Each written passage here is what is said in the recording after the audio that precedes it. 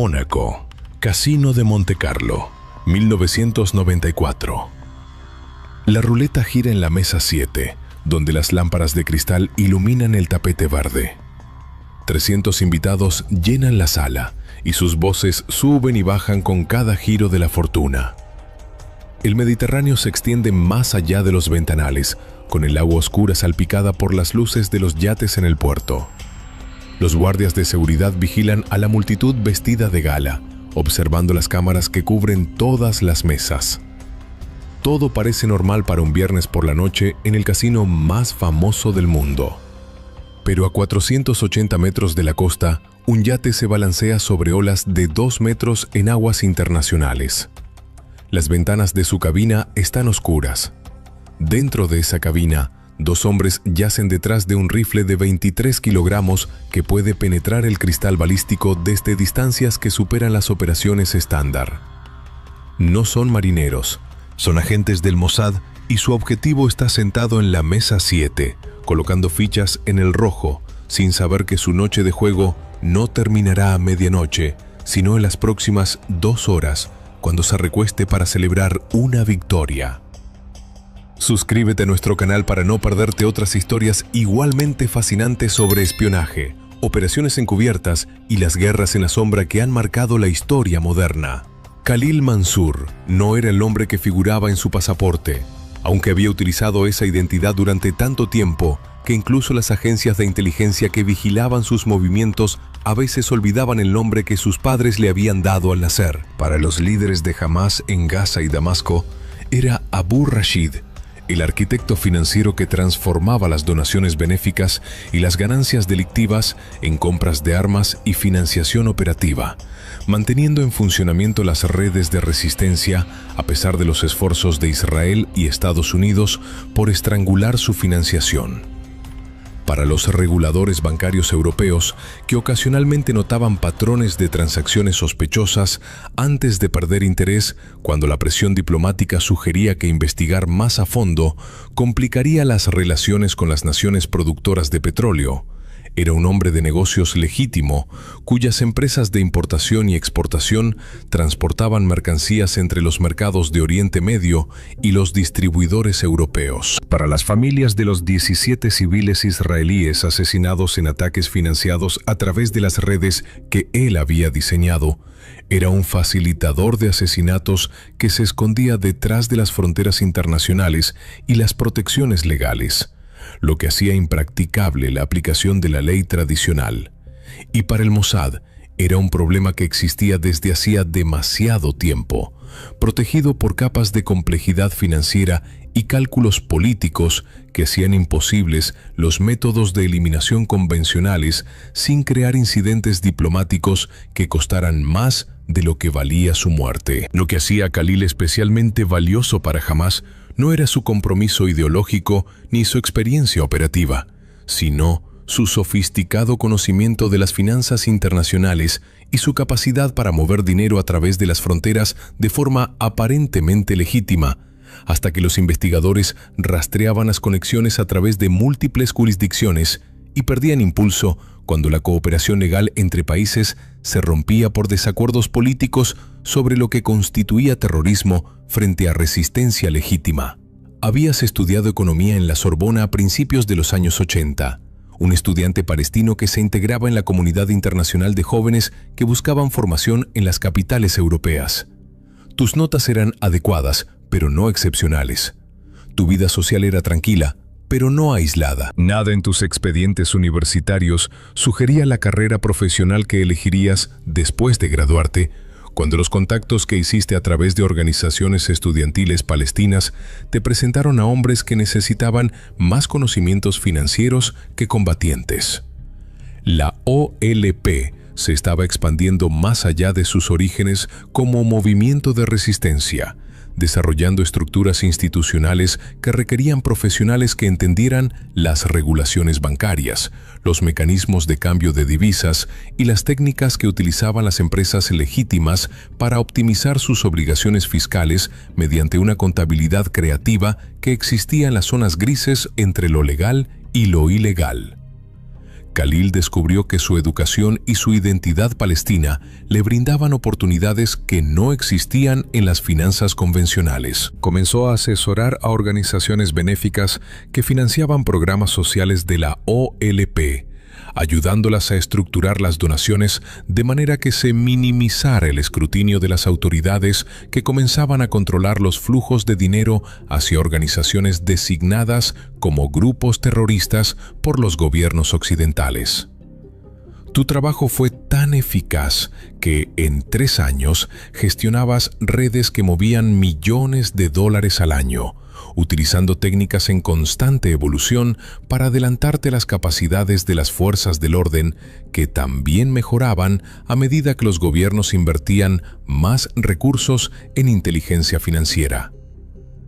Cuando Hamás surgió en 1987 como una nueva fuerza en la resistencia palestina, Khalil reconoció el potencial de la organización y trasladó cuidadosamente su experiencia para ponerla al servicio de sus operaciones en expansión. En 1994, había creado un sistema tan sofisticado que incluso las agencias de inteligencia, que sabían en general lo que estaba haciendo, no pudieron reunir pruebas suficientes para procesarlo en los tribunales, que exigían pruebas más allá de toda duda razonable, en lugar de evaluaciones de inteligencia basadas en comunicaciones interceptadas e informes de informantes. Operaba a través de una red de empresas ficticias registradas en jurisdicciones que hacían pocas preguntas y cooperaban mínimamente con los investigadores extranjeros. El dinero se movía a través de bancos en Chipre, Suiza y los Emiratos Árabes Unidos, se convertía entre divisas y se transfería entre cuentas siguiendo patrones diseñados para romper las pistas de auditoría y agotar a los investigadores con recursos limitados, y muchos otros casos que exigían su atención. Los fondos acababan llegando a Hamás a través de canales que parecían legítimos. Pagos por materiales de construcción que en realidad eran componentes de armas, honorarios de consultoría que financiaban gastos operativos y rendimientos de inversiones que representaban contribuciones de ricos simpatizantes que preferían el anonimato. La seguridad personal de Khalil reflejaba la paranoia de alguien que comprendía que su valor para Hamás lo convertía en un objetivo para los servicios de inteligencia israelíes, que demostraban su disposición a llevar a cabo operaciones a través de las fronteras internacionales cuando identificaban amenazas consideradas suficientemente peligrosas. Variaba constantemente sus rutinas, sin seguir nunca patrones predecibles que permitieran a los equipos de vigilancia posicionar activos para secuestros o asesinatos. Contrataba empresas de seguridad privadas formadas por antiguos soldados de la Legión extranjera francesa y veteranos del SAS británico, cuya lealtad se compraba con salarios superiores a los que ganaban la mayoría de los contratistas de seguridad que protegían a ejecutivos de empresas y a la realeza de Oriente Medio. Evitaba los lugares en planta baja y la exposición a pie de calle, consciente de que los coches bomba y los tiroteos desde vehículos en marcha requerían posiciones elevadas que los atacantes no podían alcanzar. Celebraba reuniones de negocios en suites de hotel y clubes privados, donde se controlaba el acceso y su equipo de seguridad podía examinar a los visitantes antes de permitirles acercarse a su empleador. Tu residencia principal era un apartamento fortificado en Ginebra, rodeado de vecinos cuya riqueza y conexiones políticas garantizaban que las autoridades suizas responderían inmediatamente a cualquier acto de violencia que amenazara la tranquilidad cuidadosamente mantenida del barrio.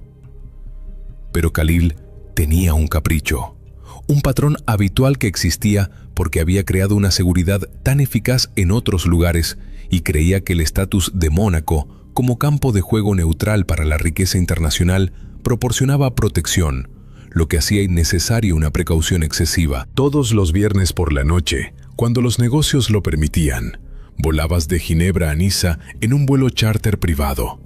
Conducías 40 minutos por la costa hasta Mónaco y pasabas exactamente 2 horas en el casino de Montecarlo jugando a la ruleta en la mesa 7, que ofrecía la mejor vista del Mediterráneo a través de unas ventanas que, según te aseguraba la dirección, eran de cristal antibalas capaz de resistir el fuego de armas pequeñas. Siempre te sentabas en la misma silla, una superstición que desarrollaste después de tus primeras ganancias. Siempre jugaba desde las 10 de la noche hasta la medianoche, y tu horario era tan fiable que el personal tenía tu mesa preparada cuando llegabas. Traías 6 guardaespaldas. La decisión de eliminar a Khalil Mansur se tomó en Tel Aviv, en la sede del Mossad, donde una unidad especializada conocida como Cesarea estudió fotografías de vigilancia, comunicaciones interceptadas e informes de inteligencia recopilados durante años de seguimiento de sus redes financieras. El debate sobre si su eliminación justificaba la complejidad operativa y el riesgo político había consumido meses de reuniones entre directores de inteligencia, asesores militares y funcionarios del gobierno, que entendían que las operaciones en suelo europeo creaban una exposición diplomática que podía dañar las relaciones con los aliados cuya cooperación necesitaba a Israel para objetivos estratégicos más amplios. Pero a principios de 1994, el cálculo cambió. Hamás estaba ampliando su capacidad de adquisición de armas con financiación iraní canalizada a través de las sofisticadas redes financieras que Khalil había diseñado. Las evaluaciones de inteligencia indicaban que sus sistemas movían entre 8 y 12 millones de dólares al año.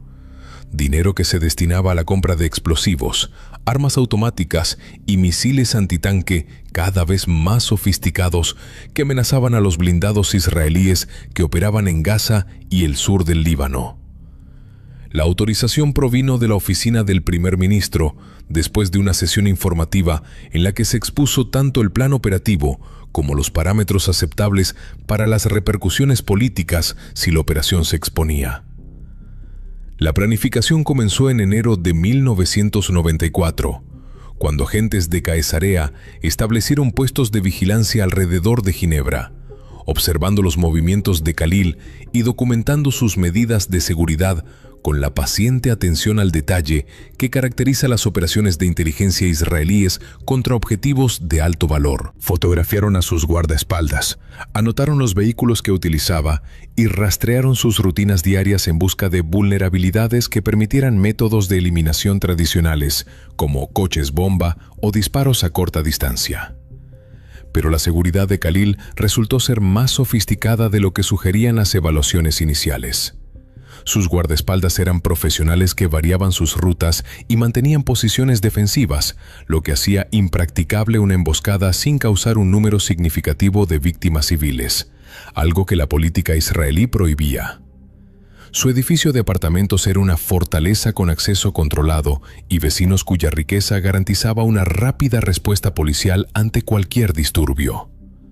Los equipos de vigilancia ampliaron su cobertura, siguiendo a Khalil más allá de Ginebra para identificar lugares donde su seguridad se relajaba lo suficiente como para crear oportunidades operativas. Te siguieron a reuniones de negocios en Zúrich, a actos benéficos en París y finalmente a tu ritual de los viernes por la noche en el casino de Montecarlo. Las visitas al casino interesaron inmediatamente a los planificadores operativos, ya que representaban el único patrón predecible en la agenda de Khalil, por lo demás cuidadosamente aleatoria. Todos los viernes, cuando estaba en Europa, volaba a Niza y conducía hasta Mónaco, llegando al casino entre las 9:30 y las 10 de la noche. Siempre jugaba en la mesa 7.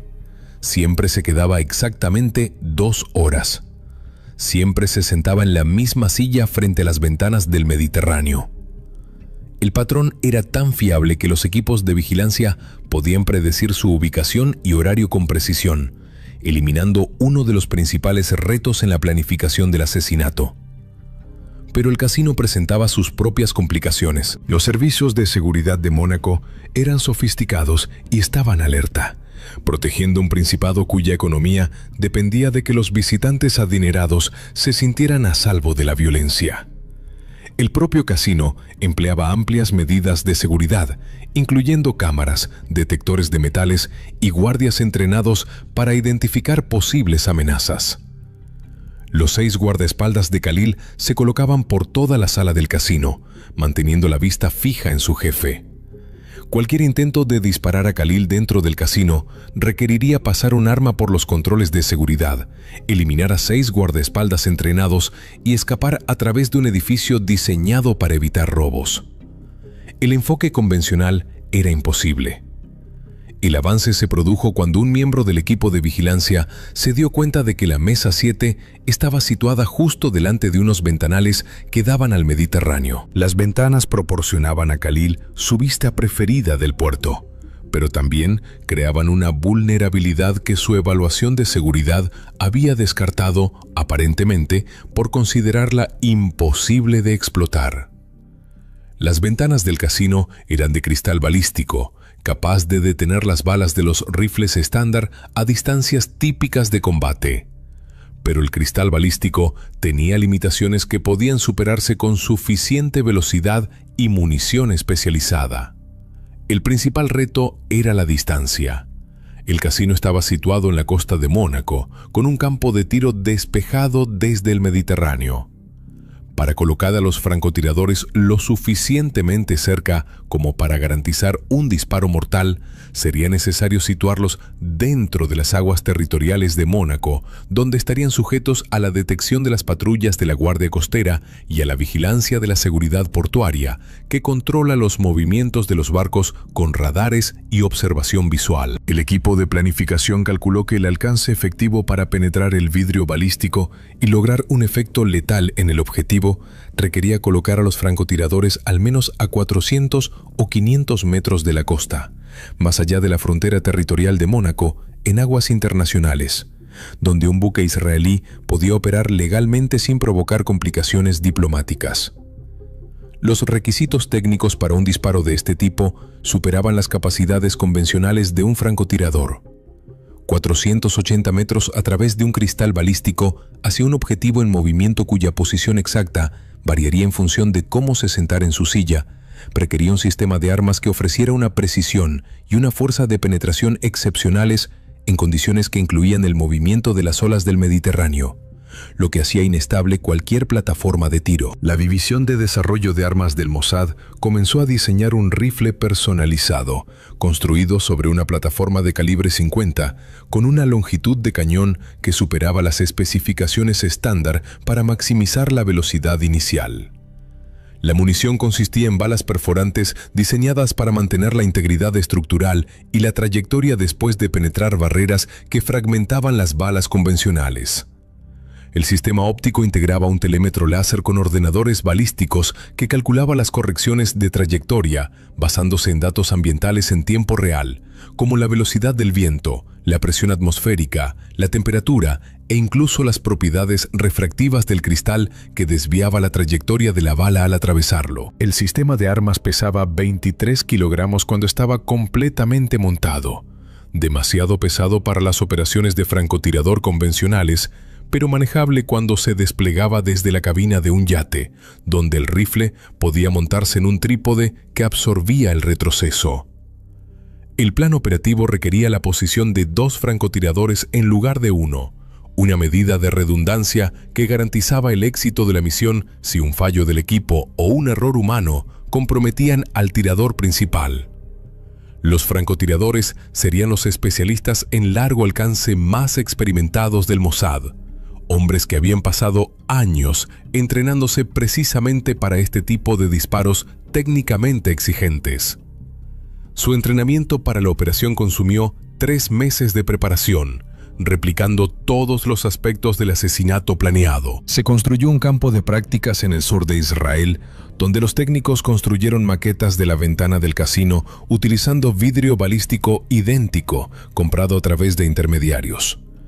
Los francotiradores practicaron desde una plataforma flotante que simulaba el movimiento de las olas que experimentarían en el yate, disparando cientos de balas hasta que pudieron alcanzar de forma consistente objetivos del tamaño de una cabeza humana a 500 metros, a través del vidrio balístico en condiciones que incluían variaciones de viento y temperatura.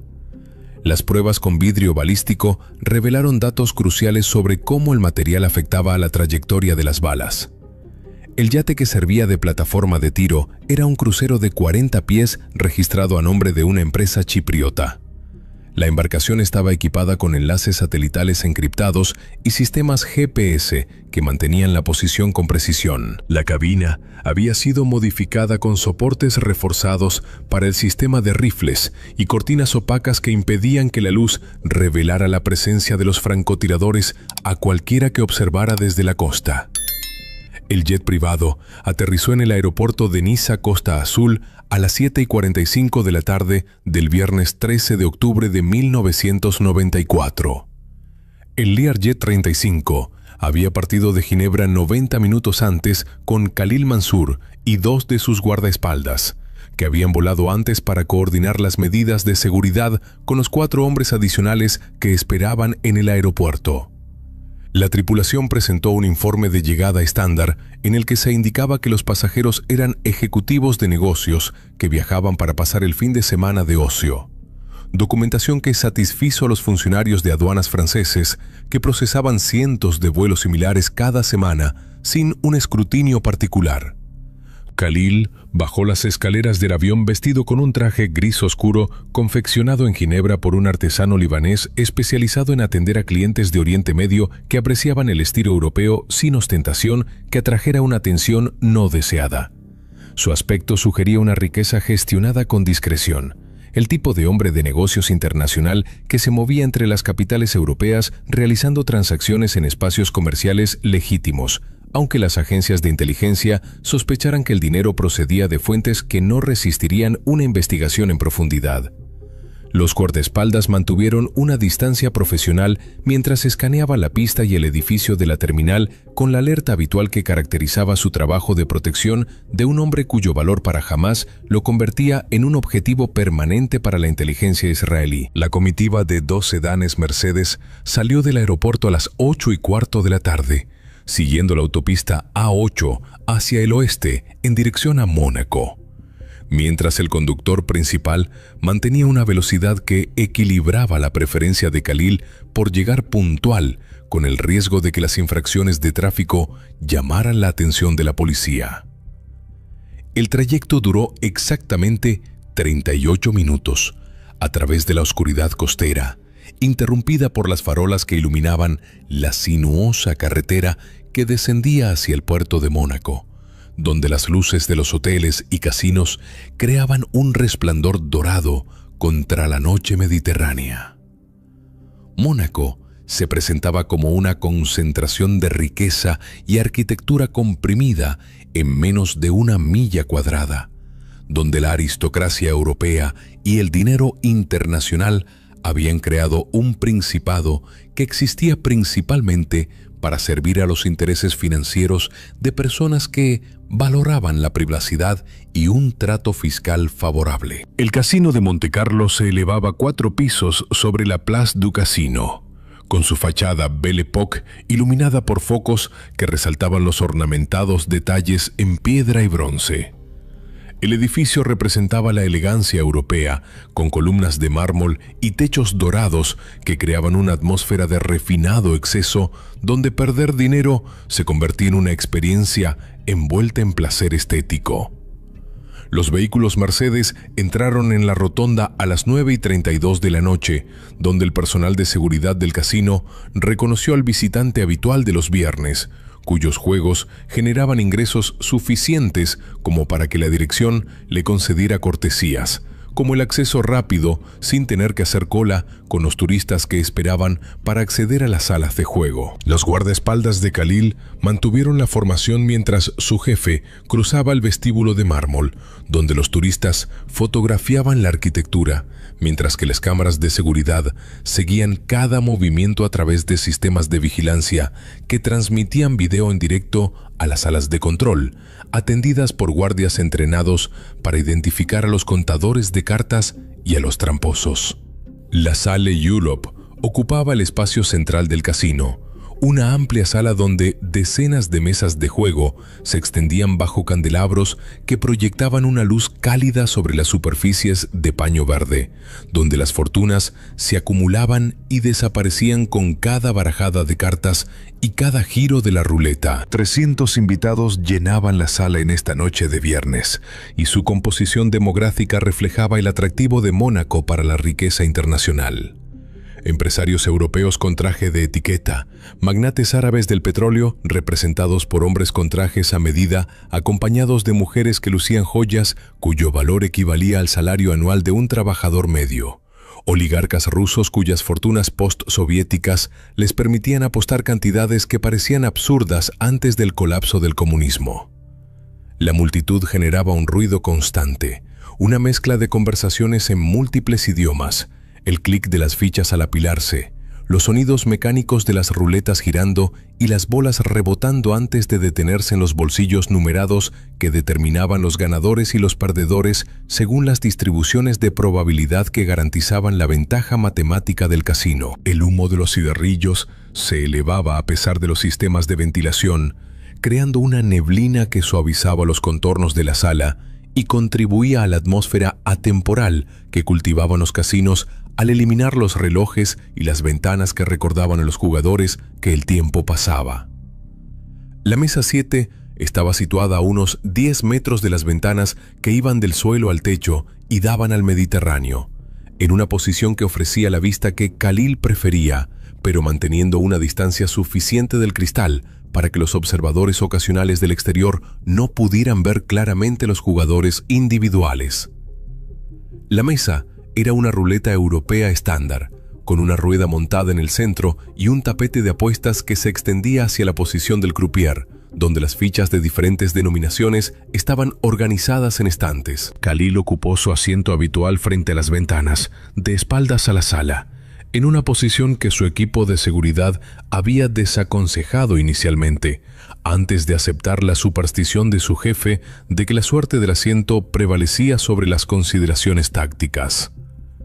Los guardaespaldas se distribuyeron según las posiciones previstas, 2 cerca de la mesa, manteniendo una línea de visión directa con Khalil, mientras que otros 4 se colocaron a distancias que les permitían vigilar los accesos desde múltiples direcciones.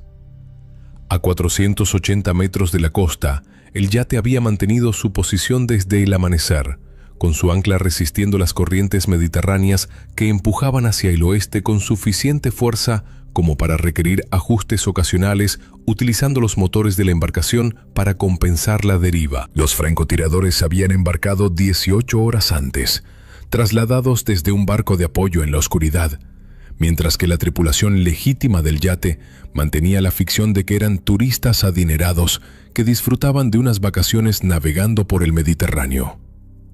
La cabina del yate se había convertido en un escondite para francotiradores, con las ventanas cubiertas con material opaco para evitar que la luz interior revelara la presencia de los agentes. Los 2 francotiradores ocupaban posiciones detrás del sistema de rifle personalizado montado en un trípode reforzado que absorbía el retroceso del arma y mantenía la estabilidad del punto de mira necesaria para disparar con precisión a distancias extremas. Las exigencias físicas de mantener la preparación de los francotiradores durante 18 horas pusieron a prueba las capacidades que el entrenamiento había desarrollado, pero que nunca podrían hacerles sentir cómodos. Los agentes alternaban entre la posición de rifle y los periodos de descanso, en los que estiraban los músculos agarrotados y consumían barritas energéticas y agua para mantenerse sin necesidad de ir al baño. Las olas del Mediterráneo se deslizaban bajo el yate con regularidad mecánica, creando olas de 2 metros que los francotiradores habían entrenado para adaptarse, sincronizando su respiración y el control del gatillo con el movimiento de la embarcación. La presión psicológica era igualmente exigente. Habían pasado meses preparándose para esta operación, pero todo ese entrenamiento se comprimió en las últimas horas, en las que o bien triunfaban o bien fracasaban. La espera era la parte más difícil de cualquier operación. A través de la mira, el interior del casino parecía un cuadro lejano de riqueza y ocio, con los clientes moviéndose entre las mesas sin saber que la muerte les esperaba en la costa. Los francotiradores habían visto llegar a Khalil, le habían visto saludar al personal del casino con la familiaridad de un cliente habitual y le habían visto sentarse en la mesa 7, tal y como había predicho la vigilancia. Ahora esperaban el momento en que su postura cambiara, en que se recostara y expusiera la zona objetivo a la que su sistema de armas estaba calibrado para alcanzar a través de 480 metros de agua abierta y a través de un cristal balístico diseñado para detener exactamente el tipo de ataque que se disponían a ejecutar. El rifle permanecía firme en su montura, con la mira centrada en el espacio que ocuparía la cabeza de Khalil cuando llegara ese momento. Todo estaba listo. Khalil hizo su primera apuesta a las 10:03 de la noche, deslizando $5,000 en fichas sobre la sección roja del tapete con la confianza despreocupada de alguien cuya riqueza hacía que tales cantidades fueran insignificantes, independientemente de si ganaba o perdía la siguiente tirada. La croupier era una mujer francesa de unos 30 años que llevaba trabajando en el casino el tiempo suficiente como para reconocer a los jugadores habituales y mantener la cortesía profesional que la dirección esperaba cuando atendía a los clientes cuyos juegos generaban ingresos.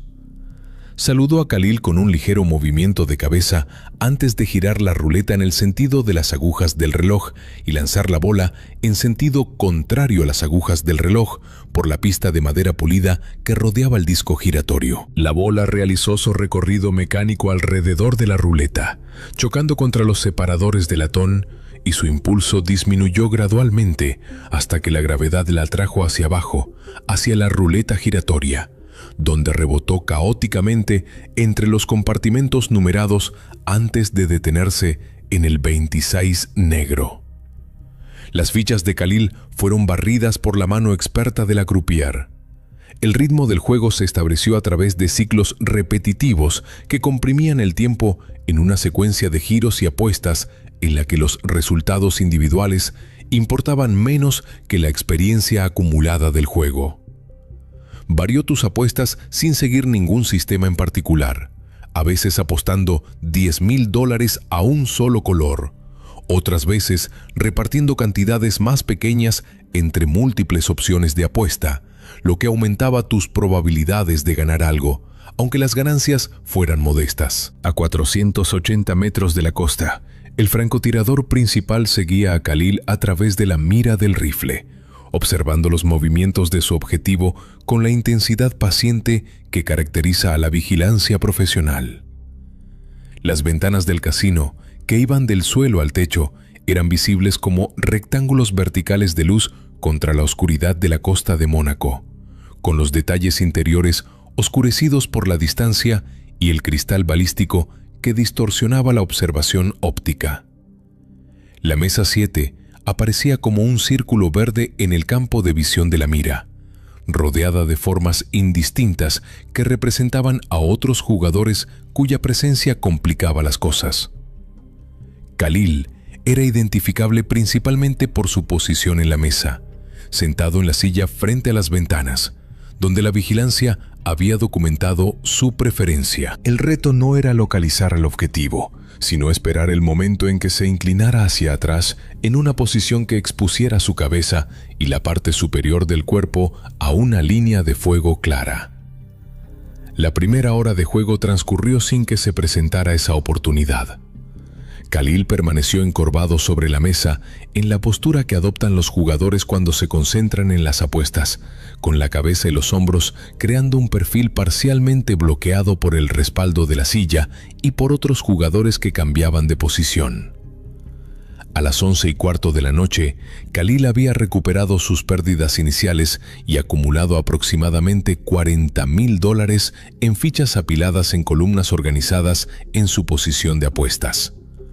Tu patrón había cambiado hacia un juego más conservador, apostando por propuestas de dinero igualado, como el rojo-negro, que ofrecían pagos más bajos pero mejores probabilidades de mantener tu pila de fichas. La multitud del casino se había reducido ligeramente, ya que algunos jugadores se marcharon después de agotar sus presupuestos.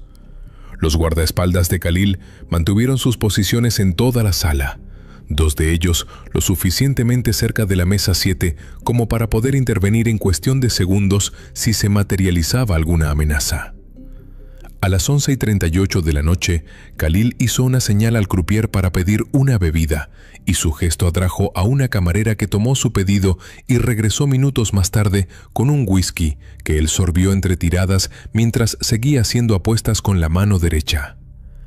El punto de inflexión se produjo a las 11:42 de la noche, cuando Khalil consolidó sus fichas en denominaciones más grandes, apilándolas de una manera que sugería la preparación para una apuesta significativa. Los demás jugadores de la mesa se percataron de este comportamiento y centraron su atención en el hombre cuya riqueza le permitía tratar decenas de miles de dólares como fichas en un juego, en lugar de sumas que representaban un dinero capaz de cambiarle la vida.